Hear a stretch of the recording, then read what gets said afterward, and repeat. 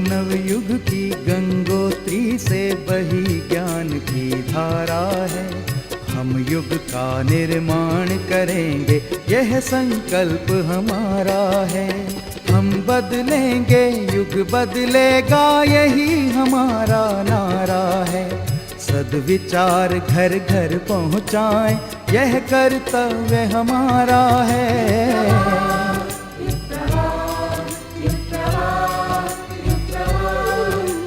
चलो बढ़ें, कुछ अच्छा कर लें, युग ने हमें पुकारा है। धरती स्वर्ग बनाएंगे, ये शुभ संकल्प हमारा है।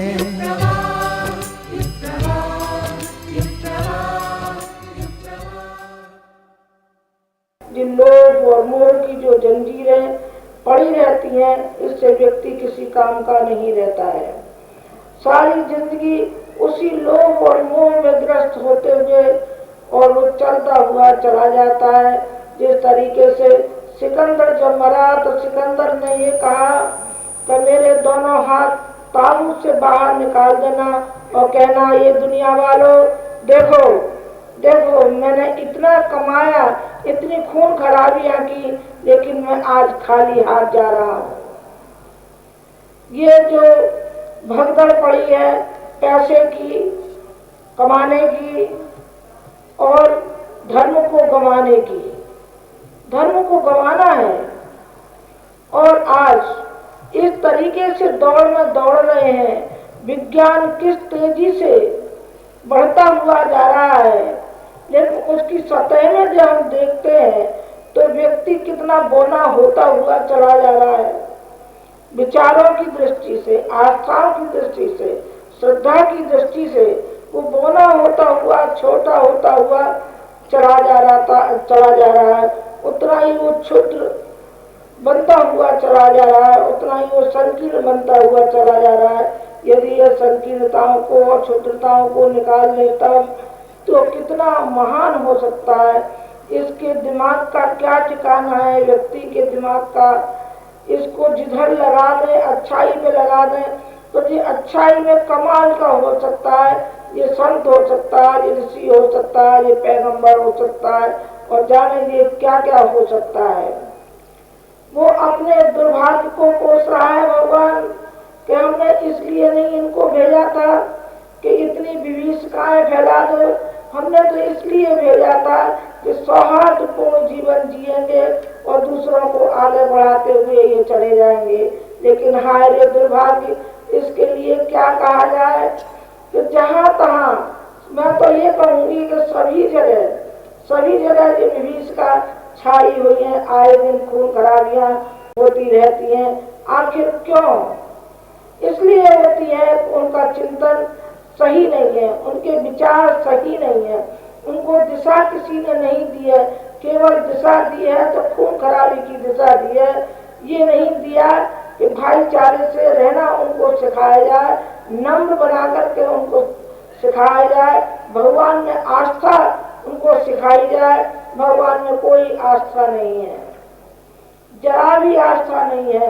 रह गई है तो नाम मात्र की इतनी रह गई है कि हम भगवान हमारी मनोकामना पूरी कर दो। यदि मनोकामना पूरी ना हो पाए तो भगवान को कोई भी नहीं माने, बिल्कुल नहीं माने। यदि भगवान को भोग लगाते हैं और भगवान खाना शुरू कर दे तो मैं समझती हूँ कि दूसरे दिन से भोग लगाना बंद कर देंगे, बिल्कुल बंद कर देंगे। उन्होंने कहा बाबा 4 रोटी रखी, 4 रोटी तो भगवान ही खा गया, तो 4 रोटी में हमारा पेट भरता सो भगवान को मानेगा? नहीं मानेगा, नहीं मानेगा। और नहीं मानने का ही कारण है जो सारे संसार में विभीषिकाएं छाई हुई हैं। इन विभीषिकाओं के निवारण के लिए हमें देवत्व का उदय करना पड़ेगा। इंसान में देवत्व का उदय, भगवान के प्रति हमारी निष्ठा और हमारी श्रद्धा, जैसी हमारी श्रद्धा होनी चाहिए। चलिए मैं एक उदाहरण आपको और देती हूँ। संत एकनाथ थे और संत एकनाथ रामेश्वरम जा रहे थे, साथ में उनकी मंडली जा रही थी। तो रास्ते में एक गधा पड़ा था और गधा प्यास के लिए बड़ा तड़फड़ा रहा था। तो जो टोली थी वो आगे निकल गई और संत एकनाथ खड़े हो गए। एक क्षुद्र मन ने, संकीर्ण मन ने तो ये कहा कि हम तो रामेश्वरम जा रहे थे और इस जल को तुम रामेश्वरम पे चढ़ाएंगे, गंगा जल को, हम इस गधे को क्यों पिला दें। लेकिन अंदर का जो देवत्व था वो जागा और उसने कहा कि नहीं, फर्ज और कर्तव्य निभाना चाहिए। और उन्होंने, कहते हैं कि सारा गंगा जल जो भी ले गए थे उनके गधे के गले में उड़ेल दिया और गधा उठ करके खड़ा हो गया। उन्होंने कहा, संत एकनाथ तुम किसको ढूंढने जा रहे हो? उन्होंने कहा, मैं रामेश्वरम को। उन्होंने कहा कि मैं ही रामेश्वरम हूँ, आ मेरी छाती से लग जा, मैं तुझे ही खोज रहा था। उन्होंने कहा कि जो इतनी मंडली जो मेरी गई है वो, उन्होंने कहा कि नहीं, ये न भगवान के दर्शन करने गई है और न कि गंगा जल चढ़ाने गई है, ये तो मनोरंजन करने गई है और मनोरंजन करके ये वापस चली आएगी। इसके अंदर भगवान का पुट कहाँ है? भगवान तो देना सिखाता है, दीजिए दीजिए। सबरी के यहाँ गया भगवान, सबरी के यहाँ भी कहा, सबरी ला तेरे पास क्या है? मेरे पास भगवान कुछ नहीं है, कुछ नहीं है, कुछ तो है। उन्होंने कहा कि झूठे बेर है। अच्छा झूठे बेर है तो झूठे बेर ही ला। और विदुर के यहाँ गए, विदुर की पत्नी से कहने लगे, मैं बहुत भूखा हूँ, बहुत भूखा हूँ। उन्होंने कहा, भगवान मेरे पास कुछ नहीं है, कुछ तेरे पास है, सोई तू खिला। और उन्होंने केला खिलाया, केले का गूदा नीचे डालती गई और केले के छिलके को खिलाती गई। तो विदुर जी आए, विदुर ने कहा, अरे ये अभागिन ये क्या कर रही है? तू भगवान को छिलका खिला रही है। भगवान ने कहा कि भक्त और भगवान के बीच में ये कैसा आ गया? तू बीच में दीवार कहाँ से आ गया? न मैं केला खाता हूँ, न मैं सेब खाता हूँ, न मैं मेवा खाता हूँ, न मैं कोई चीज खाता हूँ। मैं तो केवल भक्त की भावना है और भक्त की श्रद्धा को मैं पीता हुआ और खाता हुआ चला जाता हूँ।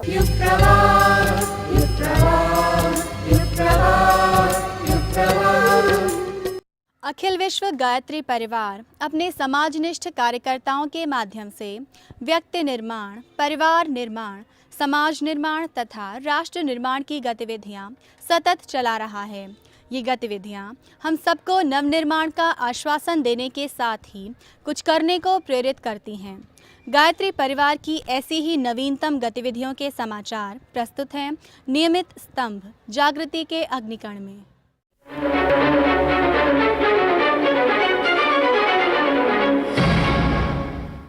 नमस्कार, गायत्री परिवार की गतिविधियों के समाचारों में आपका स्वागत है। अखिल विश्व गायत्री परिवार शांति कुंज ने पिछले दिनों राष्ट्रीय राजधानी क्षेत्र के अंतर्गत नोएडा सेक्टर 11 में स्थित जवाहरलाल नेहरू युवा केंद्र के विशाल ऑडिटोरियम में राष्ट्रीय स्तर पर युवा सम्मेलन का आयोजन किया। इस सम्मेलन में पूरे देश में तेजी से उभर रहे युवा संगठनों के प्रमुख प्रतिनिधियों को आमंत्रित किया गया। कौन हो युवाओं का आदर्श विषय पर प्रकाश डालते हुए डॉक्टर पंड्या जी ने स्वामी विवेकानंद, महात्मा गांधी, विनोबा भावे, सुभाष चंद्र बोस, भगत सिंह, शिवाजी, महाराणा प्रताप जैसे महामानवों को अपना आदर्श मानने की प्रेरणा दी एवं ग्लैमर जगत के आकर्षण में न पड़ने के लिए सचेत किया। हमारे गुरुदेव की अपेक्षा है कि आज के युवा उनको आदर्श बनाएं, उनको मार्गदर्शक बनाएं जिन्होंने भारत के उज्जवल भविष्य की योजना बनाई, जिन्होंने विश्वास दिलाया कि भारत का भविष्य उज्जवल है। स्वामी विवेकानंद 100 साल पहले कहते हैं कि भारत सारे विश्व का महाशक्ति बनने जा रहा है। परम पूज्य गुरुदेव जिन्होंने कहा कि विश्व का जगत गुरु भारत बनने जा रहा है। ऐसे ढेरों लोग हैं और ऐसे लोगों को यदि हम अपना आदर्श बनाते हैं तो हमारे चिंतन में 24 घंटे ऑप्टिमिज्म, विधेयात्मक चिंतन रहेगा। परम पूज्य गुरुदेव ने जो फाउंडेशन रखी, जो आधारशिला रखी, उस आधारशिला के आधार पर ही मित्रों आज हम सांस्कृतिक नवोन्मेष की बात कर रहे हैं। पूरे देश का कल्चरल रिनेसां, सारा देश ही नहीं सारे विश्व का, सारा विश्व भारतमय हो जाए, सारा विश्व भारतीय संस्कृति में हो जाए। गायत्री और यज्ञ को उन्होंने बंधनों से निकाला और न जाने कहाँ से कहाँ पहुँचा दिया। ऐसे हमारे गुरुदेव पंडित श्री राम शर्मा आचार्य हमारे रोल मॉडल बन सकते हैं, हमारे आदर्श बन सकते हैं। उद्घाटन सत्र के मुख्य अतिथि डॉक्टर S.N. सुब्बाराव जी ने उपस्थित युवा भाई बहनों को अपने स्थान पर खड़ा कर एक खेल खेलने के लिए प्रेरित किया। खेल का नाम था ऐसे और कैसे। सायंकालीन सभा के मुख्य अतिथि श्री P.V. राजगोपाल, अध्यक्ष एकता परिषद ने जल, जंगल, जमीन से संबंधित वर्तमान कानूनों को गरीब आदिवासी जनता के लिए संवेदनहीन तथा अपर्याप्त बताया। शिविर में प्रांतवार समूह चर्चाएं हुई, जिनमें युवा आंदोलनों के विकास, विस्तार, परस्पर सहयोग आदि विषयों पर लोगों ने अपने विचारों का आदान प्रदान करते हुए भावी सक्रियता की रूपरेखा तैयार की। चर्चा का एक प्रमुख विषय था सन 2011 तक देश को दहेज रहित, व्यसन मुक्त बनाया जा सकता है। सायंकाल दीप महायज्ञ का आयोजन किया गया, जिसमें प्रतिभागी युवा भाई बहनों ने गायत्री महामंत्र, महामृत्युंजय मंत्र, पर्यावरण संतुलन हेतु वैदिक मंत्र तथा युवाओं में शौर्य जगाने वाले वैदिक मंत्रों से आहुतियां प्रदान की। युग ऋषि पंडित श्रीराम शर्मा आचार्य जी ने अपने कार्यकर्ताओं से अपनी जन्मभूमि आवलखेड़ा के विषय में कहा था, बेटा एक दिन इसे देखने सारी दुनिया आएगी और इसका विकास तुम जैसे भावनाशील करेंगे। जन्मस्थली आवलखेड़ा तीर्थ में आज जन्मभूमि के दर्शन करने आने वाले लोगों की निरंतर बढ़ती संख्या को देखकर पूज्यवर की भविष्यवाणी साकार होती नजर आ रही है।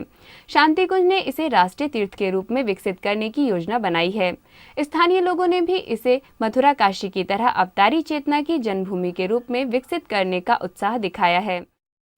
पिछले दिनों गायत्री परिवार प्रमुख डॉक्टर प्रणब पंड्या, श्री मृत्युंजय शर्मा, श्री गौरी शंकर शर्मा, श्री HP सिंह, श्री शरद पार्थी आदि शांति कुंज के वरिष्ठ जनों की टोली आवलखेड़ा पहुंची और जन्मभूमि परिसर का समग्र निरीक्षण करते हुए उसके विकास की योजनाओं को अंतिम रूप दिया। जन्मभूमि आवलखेड़ा के विकास के क्रम में वहां जन्मभूमि परिसर का नवीनीकरण कर उसे और आकर्षक बनाया जाएगा। वहां परम पूज्य गुरुदेव द्वारा प्रयोग में लाई गई वस्तुओं का संग्रहालय बनाने की योजना है। इसके अलावा जन्मभूमि को स्वरोजगार और स्वावलंबन के प्रशिक्षण का एक आदर्श केंद्र बनाने की योजना है, जिसका विशेष लाभ स्थानीय बेरोजगारों को मिलेगा। जयपुर में गायत्री परिवार की विद्या विस्तार की अभिनव योजना ने राजस्थान पत्रिका द्वारा प्रतिवर्ष आयोजित पुस्तक मेले की शान बढ़ाई। उल्लेखनीय है कि इसमें 400 प्रकाशक भाग लेते हैं। इस वर्ष पुस्तक मेला विधानसभा के सामने अम्बेडकर सर्कल पर लगाया गया। मेले में केसरिया वस्त्रधारी परिजनों के आवागमन ने आयोजकों का विशेष ध्यानाकर्षण किया। मेले में गायत्री तपोभूमि मथुरा के श्री मृत्युंजय शर्मा, श्री द्वारिका प्रसाद चैतन्य आदि वरिष्ठ प्रतिनिधियों ने स्वयं उपस्थित होकर मार्गदर्शन एवं सहयोग किया। उसी दौरान डॉक्टर प्रणब पांड्या जी जयपुर के पुस्तक मेले का अवलोकन करने पहुंचे। उनके आगमन ने सभी कार्यकर्ताओं को एक नया जोश प्रदान किया। गत दिनों देव संस्कृति विश्वविद्यालय में कुलाधिपति आदरणीय डॉक्टर प्रणब पांड्या जी ने अत्याधुनिक सुविधाओं वाले आरोग्य योग पॉलीक्लिनिक का शुभारंभ किया। इसमें व्यक्ति की बीमारियों के अनुरूप योग चिकित्सा, मनोविज्ञान, यज्ञ चिकित्सा, प्राण चिकित्सा, एक्यूप्रेशर, आयुर्वेद तथा प्राकृतिक चिकित्सा पद्धतियों के संतुलित समन्वय से रोग का समग्र उपचार किया जाएगा। पिछले दिनों शिशुकुंज इंटरनेशनल स्कूल इंदौर में एक भव्य कार्यक्रम का आयोजन हुआ, जिसका उद्देश्य था बच्चों में भौतिक के साथ साथ आध्यात्मिक ज्ञान के प्रति रुचि पैदा करना। इस विद्यालय में बच्चों की पढ़ाई के साथ खेलकूद तथा तैराकी का भी प्रावधान है। यहाँ शरारती बच्चों को अनोखे तरीके से दंड दिया जाता है। उनके ऊपर गुस्सा करने के बजाय सरसों, दाल, तिल, चना आदि को मिलाकर सबको फिर से अलग अलग करने के लिए दिया जाता है, जिससे बच्चों का अच्छा मानसिक परिश्रम हो जाता है।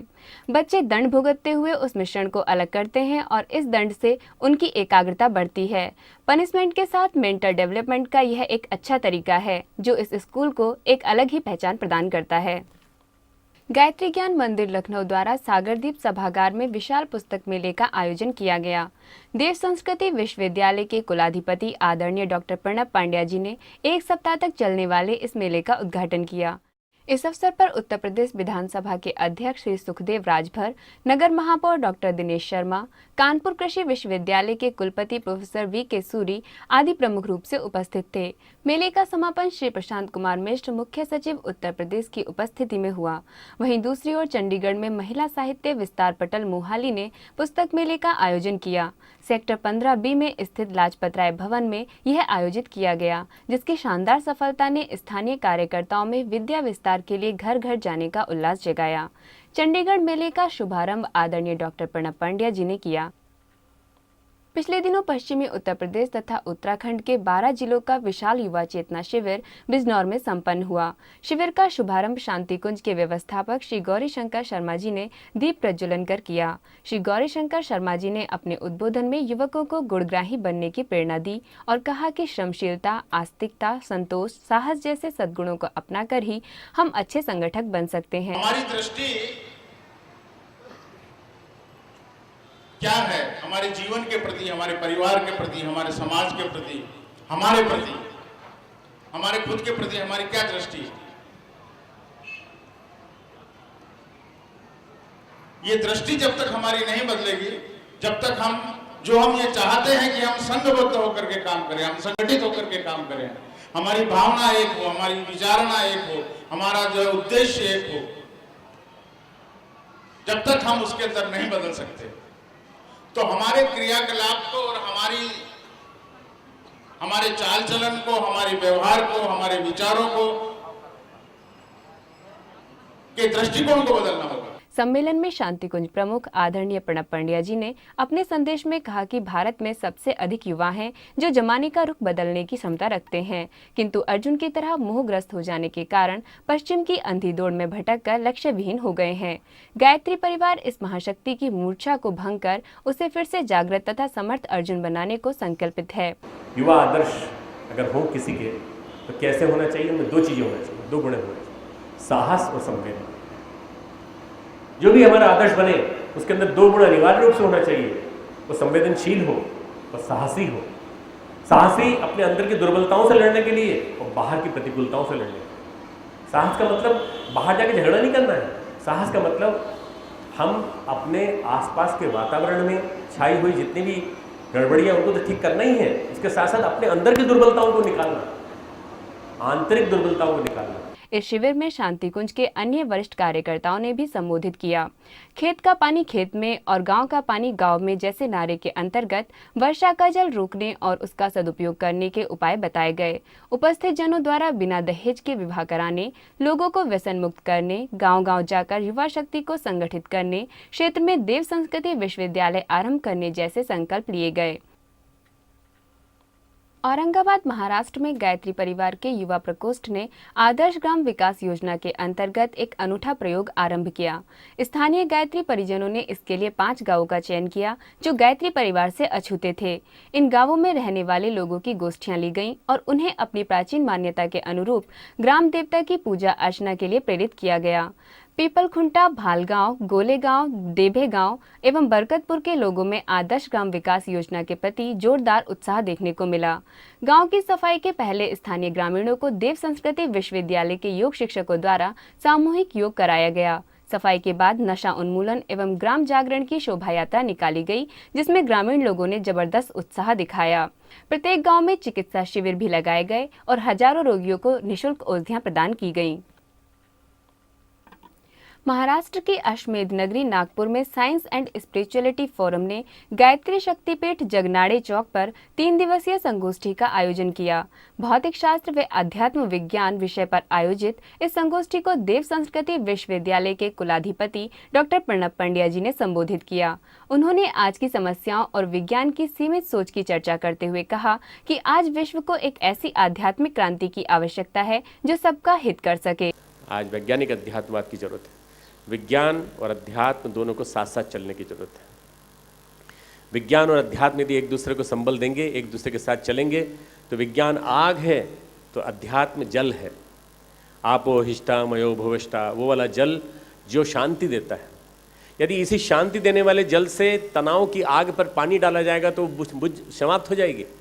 और यदि इसी आग पर पानी को गर्म किया जाएगा तो भाप पैदा होगी, और भाप पैदा होगी तो जेम्स वॉट ने जैसे भाप के माध्यम से स्टीम इंजन चलाया, ऐसे हम भी शायद ऊर्जा के नए प्रयोग कर सकें। और दोनों को विज्ञान और अध्यात्म के आविष्कारों से, विज्ञान और अध्यात्म की उपलब्धियों से मिली हुई जितनी भी शक्ति है, उन शक्ति का दोनों का सुनियोजन करके हम शायद कुछ महत्वपूर्ण दे सकें समाज को, society. Doctor S.J. Supe Bhabha अनुसंधान संस्थान मुंबई के पूर्व प्रमुख उस दिन मुख्य वक्ता थे। डॉक्टर बोपर्डीकर टेक्निकल कमेटी के अध्यक्ष डॉक्टर संजय ढोबले, डॉक्टर रमेश गौतम एवं श्री S.D. अय्यर ने भी संगोष्ठी में भाग लिया।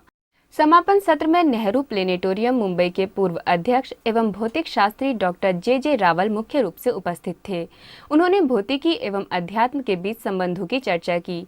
परम वंदनीय माताजी के जन्म दिवस पर मातृसत्ता की पावन स्मृति में सायंकाल चिटडीज पार्क स्टेडियम में विराट दीप यज्ञ का आयोजन हुआ। स्टेडियम के मध्य भाग में ज्ञान यज्ञ की विशाल लाल मशाल की प्रतिमा सहित सद्भाव जगाती रंगोली पर विभिन्न आकृतियों में सजे 24,000 दीपकों की छटा देखते ही बनती थी। डॉक्टर साहब ने लोगों से मांसाहार, व्यसन, बहुप्रजनन, नारी अवमानना, भ्रूण हत्या जैसी प्रवृत्तियों को जड़ से मिटाने का आह्वान किया। और इसी के साथ गायत्री परिवार की गतिविधियों के समाचार समाप्त हुए। नमस्कार।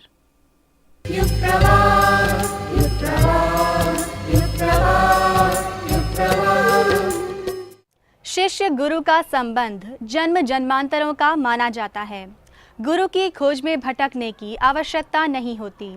सही समय आने और पात्रता विकसित होने पर गुरु स्वयं शिष्य को अपने पास बुलाकर उसे आत्मनिर्माण की राह में आगे बढ़ा देता है। गुरुदेव पंडित श्रीराम शर्मा आचार्य जी के कृपा पात्र ऐसे ही समर्पित शिष्यों की अनुभूतियाँ हम प्रस्तुत करते हैं अपने स्थायी स्तंभ सुरभित स्मृतियों में।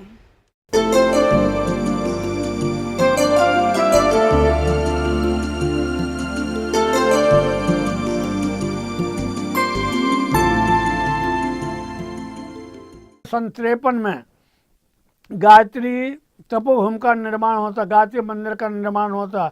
गुरुजी ने लिखा उसमें ले कि हमने ज़मीन खरीद ली है, मंदिर बनना प्रारंभ हो गया है और मंदिर जब बन जाएगा तब इसका उद्घाटन में आप लोग आइए। तो हम सन 53 में मंदिर का उद्घाटन, गायत्री तपोभूमि का मंदिर का उद्घाटन हुआ। गुरुजी ने 24 दिन का लंघन किया, पानी पर रहे, गंगा जल पर रहे और गायत्री माता की स्थापना की। बहुत मेला सा लगा था, बड़े लोग अच्छे ऋषि आए थे और हम लोग भी पहुँचे थे। उसी समय गुरुजी ने हमको दीक्षा दी। सन 53 में हमने और अपने हमारी मिसेज ने, तीनों ने वो दीक्षा ली। दीक्षा लेने के बाद फिर हमने प्रचार का काम करना शुरू कर दिया। गुरुजी ने गायत्री का प्रचार करो, गायत्री के प्रचार से ही आपको फ़ायदा होगा और सबको होगा और दुनिया पलट जाएगी। दुनिया एक लोग गायत्री मंत्र के झंडे के नीचे आ जाए, आप प्रचार करिए। हमने गायत्री मंत्र का प्रचार करना प्रारंभ कर दिया। गुरुजी ने कहा कि हम अनुदान भी देते हैं, लोगों की सेवा भी करते हैं। हमारे यहाँ भीड़ लगती थी गुरुजी से मिलने की। कोई कहता हमें अस्थमा है, बोले आज से ठीक हो जाएगा। कोई कहता हमारे लड़के की नौकरी लगती थी, लड़के की नौकरी लग जाएगी। कोई कहता था हमारे लड़के की बुद्धि मंद है, बुद्धि तेज हो जाएगी, बुद्धि तेज हो जाएगी। गुरुजी ने जैसा कहा सबके काम हुए।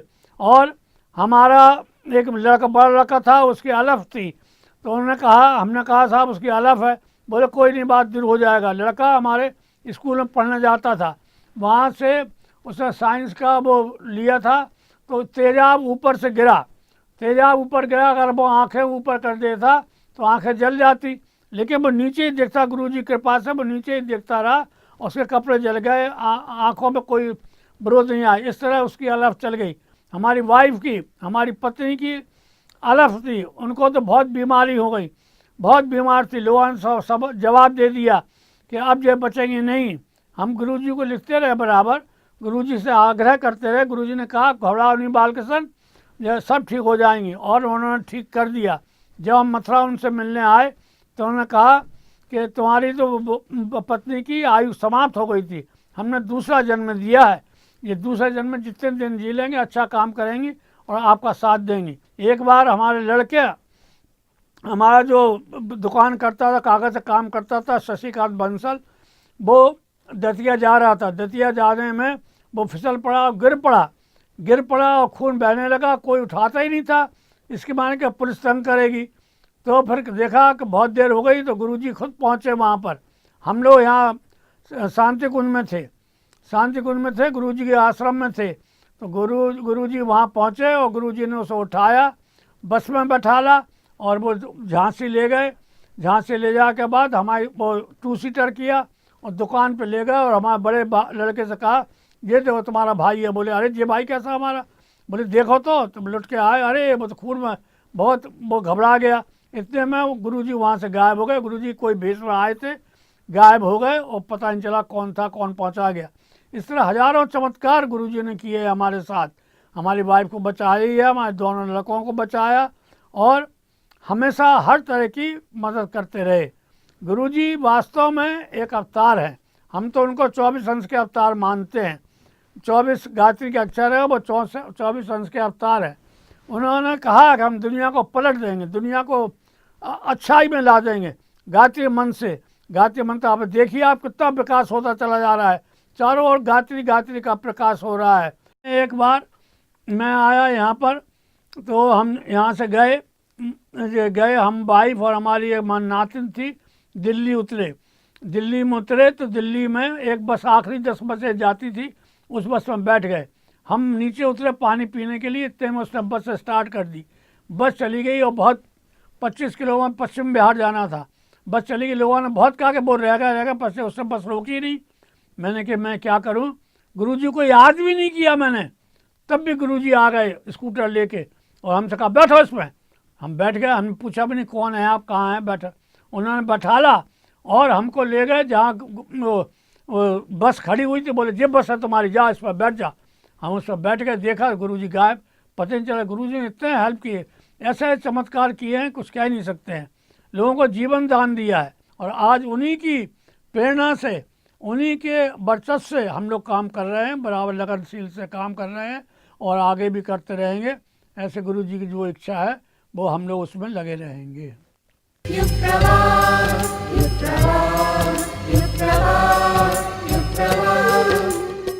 क्या वास्तव में नारी वेद पठन, गायत्री साधना जैसे शुभ कार्यों की अधिकारिणी नहीं है? आखिर नारी पर प्रतिबंध और लांछन क्यों? आइए आज इस जिज्ञासा में इन्हीं बिंदुओं पर चर्चा करते हैं शांति कुंज के वरिष्ठ कार्यकर्ता पंडित चंद्रभूषण मिश्र जी से।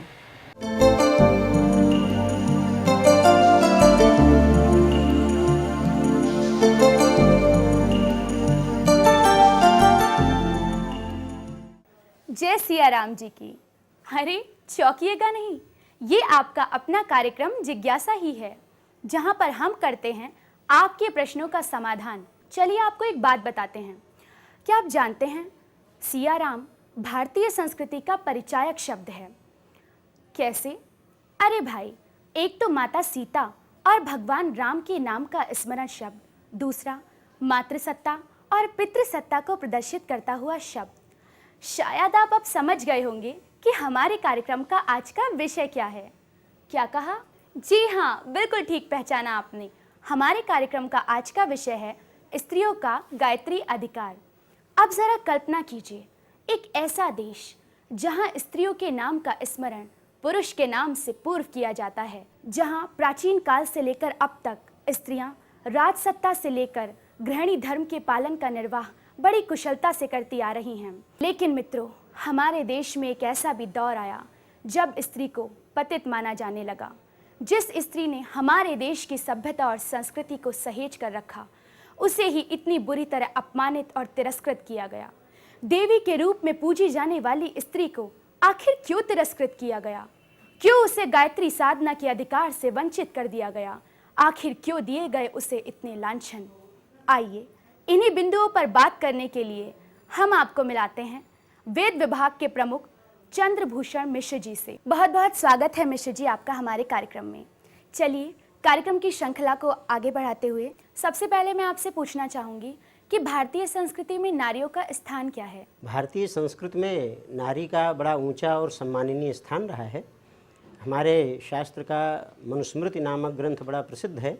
उसमें कहा गया है, यत्र नार्यस्तु पूज्यन्ते रमन्ते तत्र देवताः यत्रैतास्तु न पूज्यन्ते सर्वास्तत्रा फलाक्रियाः। जहाँ नारी का सम्मान होता है, उनकी पूजा होती है, वहाँ देवता निवास करते हैं। देवता निवास करने का तात्पर्य वहाँ वातावरण बड़ा दिव्य रहता है, अच्छा रहता है। और जहाँ ऐसा नहीं होता, उनका तिरस्कार होता है, सम्मान नहीं हो पाता, वहाँ सारी क्रियाएं निष्फल चली जाती हैं। तात्पर्य इसका यही रहा कि भारतीय संस्कृति ने नारी को बड़ा महत्व दिया है और उसी आधार पर गृहिणी को सबसे ऊंचा स्थान कहा है। घर में चाहे जितना सुंदर घर बना हो, लेकिन यदि उसमें सुगृहिणी नहीं है, गृहिणी नहीं है, तो उसे घर की संज्ञा नहीं दी गई। महाभारत में आया, न गृहम गृह मित्याहुः गृहिणी गृह मुच्यते। घर घर नहीं होता, चाहे जितना अच्छा बना हो। कौन सा घर होता है? गृहिणी गृह मुच्यते। यदि कोई सुगृहिणी हो तभी वो घर कहलाता है। गृहम तु गृहिणीहीनम अरण्य सदृशम मतम, कोई घर यदि सुगृहिणी से रहित है तो फिर वो जंगल जैसा है। तो इस तरह से नारी का भारतीय संस्कृति में बड़ा ऊंचा स्थान रहा है, बड़ा सम्माननीय स्थान रहा है। और ये भी कहा गया है कि जहाँ नारियाँ दुखी रहती हैं वहाँ वह कुल, जिस कुल में वो दुखी होती हैं, परेशान होती हैं, वह कुल नष्ट हो जाता है। तो इस तरह से भारतीय संस्कृति ने नारी को सदैव बड़ा ऊंचा और श्रेष्ठ सम्माननीय स्थान प्रदान किया है। अच्छा, जैसा आपने अभी कहा कि भारतीय संस्कृति में नारी को प्रथम स्थान दिया गया है, जैसे हम देखते भी हैं, कहा भी जाता है राधे श्याम, सीताराम, तो क्या वजह है कि नारी को प्रथम स्थान दिया गया? नारी शक्ति की प्रतीक है। हमारी संस्कृति शक्ति की पूजा आराधना पर जोर देती रही है। शक्ति की आराधना करना यहाँ का प्रथम कर्तव्य रहा है। तो यहाँ जैसा जो द्विजत्व की प्राप्ति कही जाती है, जो कोई द्विज होते हैं, एक बार माता पिता से जन्म होता है, दूसरी बार संस्कार से होता है। तो द्विज के लिए कहा गया है कि जितने द्विज होते हैं वो सभी शाक्त होते हैं, शक्ति की आराधना उपासना करते हैं। और शक्ति का तात्पर्य यहाँ आदि शक्ति से है, आदि शक्ति गायत्री से है। देवी भागवत में एक मंत्र आता है, श्लोक आता है, सर्वे शाक्ता द्विजा प्रोक्ता न शैवा न च वैष्णवा। कोई शैव और वैष्णव नहीं होता है, शाक्त होते हैं। क्यों? आदि शक्ति मुपासंतम गायत्रीम वेद मातरम। यज्ञोपवीत के समय उन्हें गायत्री मंत्र की दीक्षा दी जाती है। और गायत्री मंत्र, चूँकि उसकी अधिष्ठात्री देवी गायत्री माता आदि शक्ति हैं, तो आदि शक्ति की उपासना यहाँ के लोग शुरू से करते रहे हैं। और नारी शक्ति की प्रतीक मानी जाती है, तो इसीलिए नारी का स्थान श्रेष्ठ माना गया है। हमारे शास्त्रों में ये भी कहा गया है कि जितने भी श्रेष्ठ कार्य होते हैं, धार्मिक कार्य होते हैं, उसमें नारी को दाहिनी ओर बिठाया जाता है। सर्वेषु धर्म कार्येषु नारी तिष्ठति दक्षिणे। यानी सभी जितने श्रेष्ठ कार्य हैं, धार्मिक कार्य हैं, उनमें नारी को दाहिनी ओर बिठाया जाता है। और उसका तात्पर्य यही है कि उनका चूँकि स्थान ऊंचा रहा है, श्रेष्ठ रहा है, भाव संवेदना से वे ज़्यादा परिपूर्ण होती हैं, उनमें धार्मिकता आध्यात्मिकता की भावना ज़्यादा होती है, इसलिए इस क्षेत्र में उनका स्थान ऊंचा रहा है। और इसीलिए जब कभी हम दैवी शक्तियों का नामोच्चार करते हैं, सीताराम, राधे श्याम, उमा महेश्वर, तो इनमें सब में नारी शक्ति को पहले माना जाता है, क्योंकि वो शक्ति हैं। और ये संस्कृति का संदेश है कि शक्ति की जो पूजा उपासना करेगा वो शक्तिवान रहेगा। वास्तव में शक्ति से ही कोई शक्तिवान होता है। कोई समर्थ व्यक्ति है, सामर्थ्यवान व्यक्ति है, तो सामर्थ्यवान वो तभी होता है जब उसमें सामर्थ्य शक्ति हो। शक्ति न हो तो शक्तिवान कैसे होगा? तो नारी को इसीलिए पहले माना गया, पहले उसको स्थान दिया गया, क्योंकि वो शक्ति की प्रतीक है। शक्ति से युक्त होकर भी कोई सामर्थ्यवान शक्तिवान बनता है। तो इसीलिए भारतीय संस्कृति में नारी का स्थान, नारी का नामोच्चार पहले लिया जाता है। अच्छा मिश्र जी, एक प्रश्न और पूछना चाहेंगे हम आपसे कि क्या भारतीय संस्कृति में नारियों के लिए वेद पठन पाठन, यज्ञ कर्म, गायत्री साधना, इन सब का अधिकार उन्हें प्राप्त है? क्योंकि प्राचीन काल में उन्हें सबका अधिकार था, लेकिन जैसे जैसे समय बीतता गया, नया युग आया, नारियों को इन सब से वंचित कर दिया गया। क्या ये सही है और इसकी वजह क्या है? बात सही है। ये प्राचीन काल में, वैदिक काल में नारियों को वेद के पठन पाठन, गायत्री यज्ञ, गायत्री मंत्र का जप, ध्यान आदि, इन सब की छूट थी। और यहाँ तक कि वे इस क्षेत्र में काफ़ी आगे भी थीं।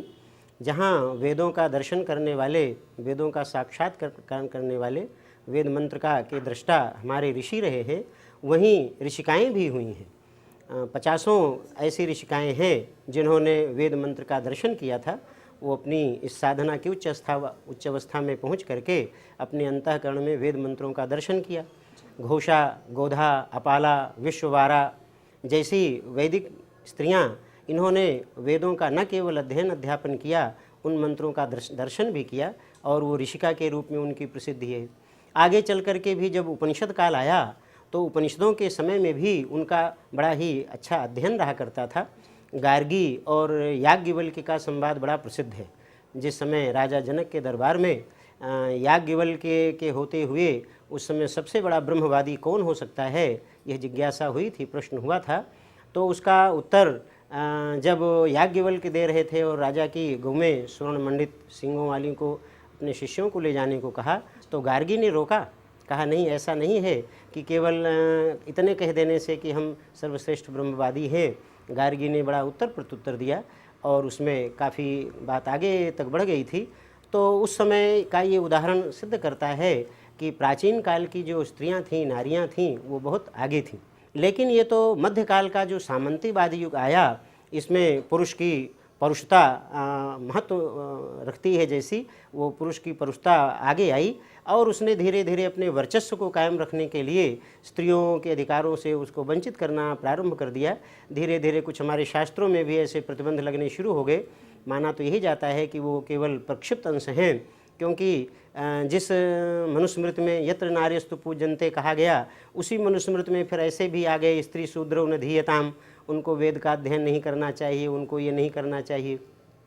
वास्तव में ये पुरुष मानसिकता की विकृति थी, जो स्त्रियों को ऊंचा उठते हुए शायद न देख पाते रहे हों या उनको अपने वर्चस्व पर कमी अनुभव होती रही हो, इसलिए उन्होंने ऐसे प्रतिबंध लगाए। और ये केवल सामंतशाही उसका समय था मध्यकाल का। बाद में तो धीरे धीरे फिर प्रगतिवादी युग आया। वर्तमान में पंडित श्री राम शर्मा आचार्य जैसे युग पुरुष ने फिर से नारियों को बराबर का अधिकार दिया, मानव मात्र एक समान का नारा दिया, और जहाँ पुरुष लोग गायत्री यज्ञ आदि कर सकते हैं, वहाँ स्त्रियों को भी दिया। और अब इस समय भी जैसे प्राचीन काल में ब्रह्मवादिनी नारियाँ हुईं, गुरुदेव ने यहाँ फिर से ब्रह्मवादिनी नारियों का एक स्वरूप गठित किया, बनाया और तमाम ऐसी ब्रह्मवादिनी स्त्रियों को तैयार किया, जो न केवल स्वयं जप तप आदि करती हैं, अपितु वो मंच का संचालन करती हैं। अश्वमेध जैसे यज्ञों का भी संचालन उन्होंने किया। तो इस प्रकार से वो युग जो मानसिकता था उस पर प्रतिबंध लगाने का, लांछन का, वो धीरे धीरे समाप्त होता जा रहा है। अब फिर से नया युग आ रहा है, नए प्रकाश में, नए उजास में, नए क्रम में अब फिर से नारियों का वर्चस्व आगे फिर से बढ़ता जा रहा है हर क्षेत्र में। तो ये बड़ा आशावादी और बड़ा अच्छा स्वरूप धीरे धीरे उभर रहा है और ये सबके लिए बड़ा कल्याणकारी है।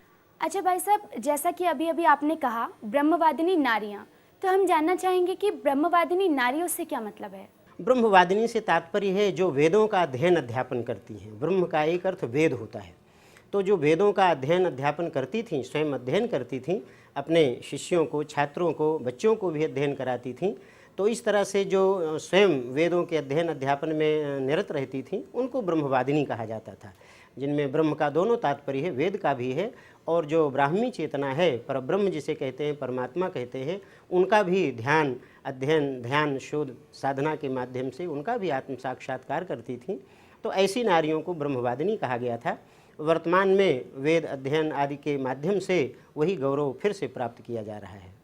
अच्छा, आपको नहीं लगता कि आज के समय में भी नारियों को वेद, पुराण, इन सब के अध्ययन की ज़रूरत है? बहुत ज़रूरत है। गुरुदेव का यही कहना है कि यदि नारी श्रेष्ठ नहीं होगी, उच्च स्तर पर नहीं पहुंचेगी, तो उसके बच्चों का क्या होगा। यदि हम चाहते हैं कि अगली पीढ़ी श्रेष्ठ बने, समुन्नत बने, तो उसके लिए हमें नारी को भी ऊंचा उठाना पड़ेगा, उसके सोचने के दायरे को बढ़ाना पड़ेगा, उसके मानसिक स्तर को, आध्यात्मिक स्तर को ऊंचा करना पड़ेगा। तभी नई पीढ़ी अच्छे स्तर से तैयार होगी, और जैसी नई पीढ़ी होगी वैसा हमारा युग होगा, वैसा हमारा समय होगा, वैसा हमारा भविष्य होगा। तो यदि हम उज्जवल भविष्य चाहते हैं, श्रेष्ठ समुन्नत भविष्य चाहते हैं, तो उसके लिए हमें श्रेष्ठ सुंदर नागरिक चाहिए, समुन्नत नागरिक चाहिए, और इसके लिए हमें नारियों को तैयार करना पड़ेगा, नारियों को आगे बढ़ाना पड़ेगा। और ये क्रम प्रारंभ हो चुका है और ये क्रम चल रहा है। आपने हमारे कार्यक्रम में भाग लिया और इतनी अच्छी अच्छी बातें हमें बताई, इसके लिए बहुत बहुत धन्यवाद।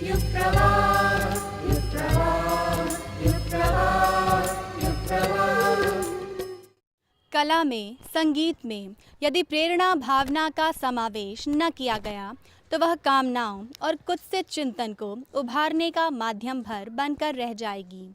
पूज्यवर द्वारा प्रेरित प्रज्ञा गीत जनसामान्य में प्रेरणा जगाने में समर्थ हैं। इस अनमोल निधि का एक रत्न आपके लिए प्रस्तुत कर रहे हैं अपने इस अंक में।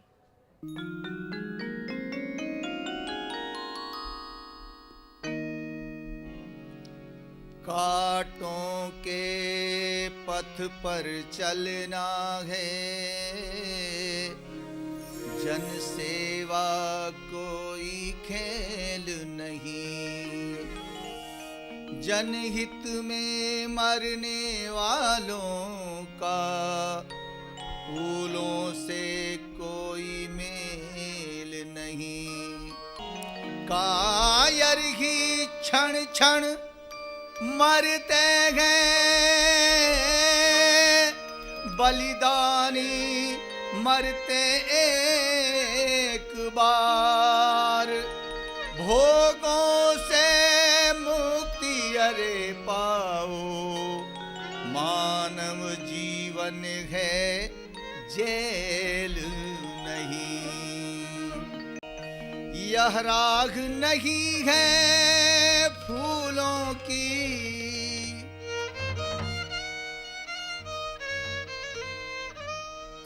यह राग नहीं है फूलों की, कांटे ही इस पर मिलते हैं। लेकर के दर्द जमाने का बस हिम्मत वाले चलते हैं, लेकर के दर्द जमाने का बस हिम्मत वाले चलते हैं। यह राह नहीं है फूलों की, यह राह नहीं है फूलों की, कांटे ही इस पर मिलते हैं। लेकर के दर्द जमाने का बस हिम्मत वाले चलते हैं, लेकर के दर्द जमाने का बस हिम्मत वाले चलते हैं।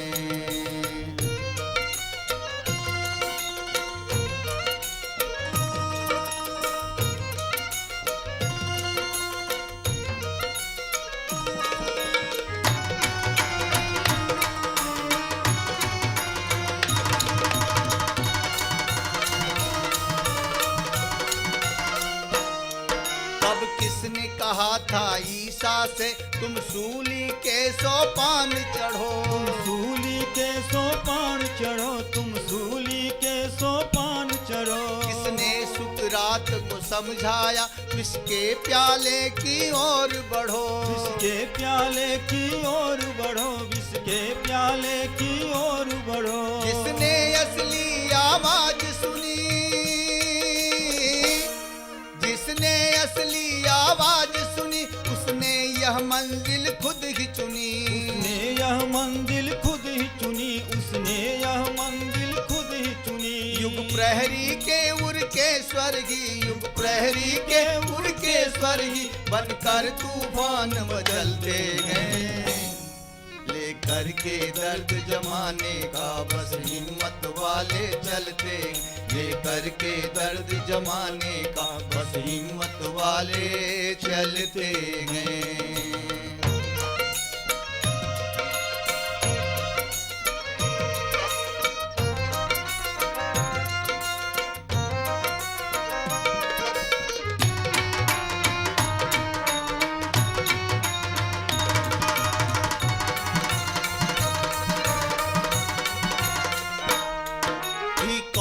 कमी उस गौतम को जिसने वह वैभव छोड़ा था, जिसने वह वैभव छोड़ा था, जिसने वह वैभव छोड़ा था। मंसूर ने बनकर दीवाना किस हुस्न से नाता जोड़ा था, किस हुस्न से नाता जोड़ा था, किस हुस्न से नाता जोड़ा था। थी रात अंधेरी फिर भी चले,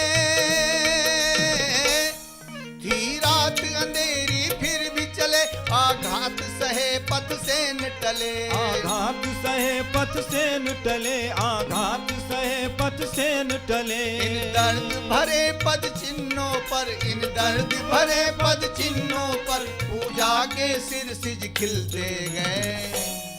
लेकर के दर्द जमाने का बस हिम्मत वाले चलते गए, लेकर के दर्द जमाने का बस हिम्मत वाले चलते हैं।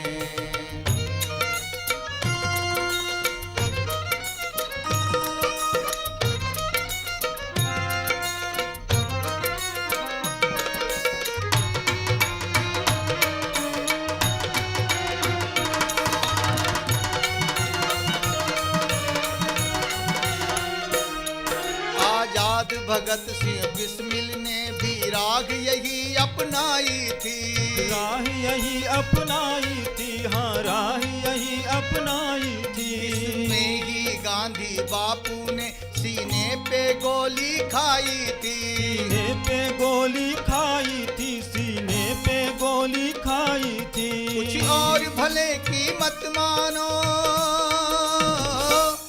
कुछ और भले की मत मानो, पर कीमत अपनी पहचानो। पर कीमत अपनी पहचानो, पर कीमत अपनी पहचानो। बलिदान के साँचे में सच्चे, बलिदान के साँचे में सच्चे, इंसान के सिक्के ढलते गए।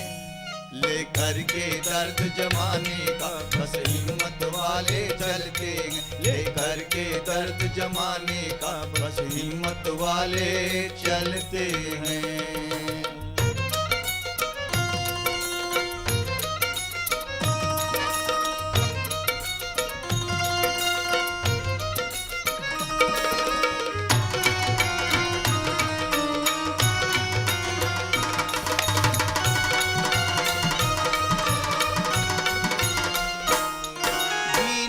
जिया करते हैं यहाँ पशु पक्षी कीट पतंग सभी। पशु पक्षी कीट पतंग सभी, पशु पक्षी कीट पतंग सभी।